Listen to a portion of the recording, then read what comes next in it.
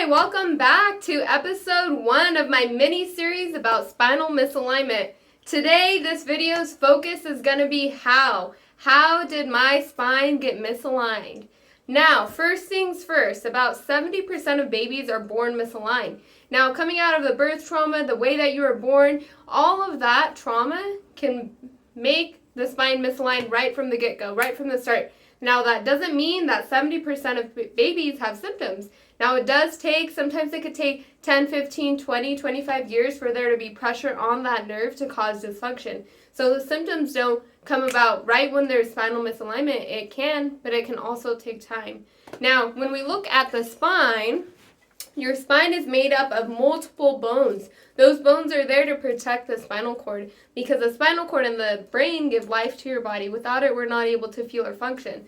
Now, the reason that we have individual bones, and this isn't just one solid piece, is we want these joints to be able to move so we have flexibility and we're not one rigid human being. So that, since there are multiple joints within the spine, when we fall, those bones are able to shift and move to take on that force from that fall.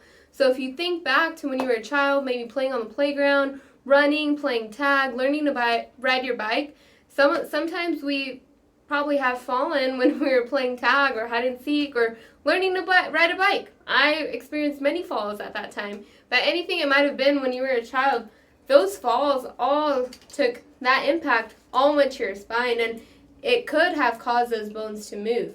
Now remember, these bones don't need to be displaced by multiple degrees to cause issues. It only takes 3/4 of 1 degree for this atlas bone to misalign and put pressure on the nerves to cause problems. So 3/4 of 1 degree doesn't sound like a lot, but it is enough to cause issues within the spine.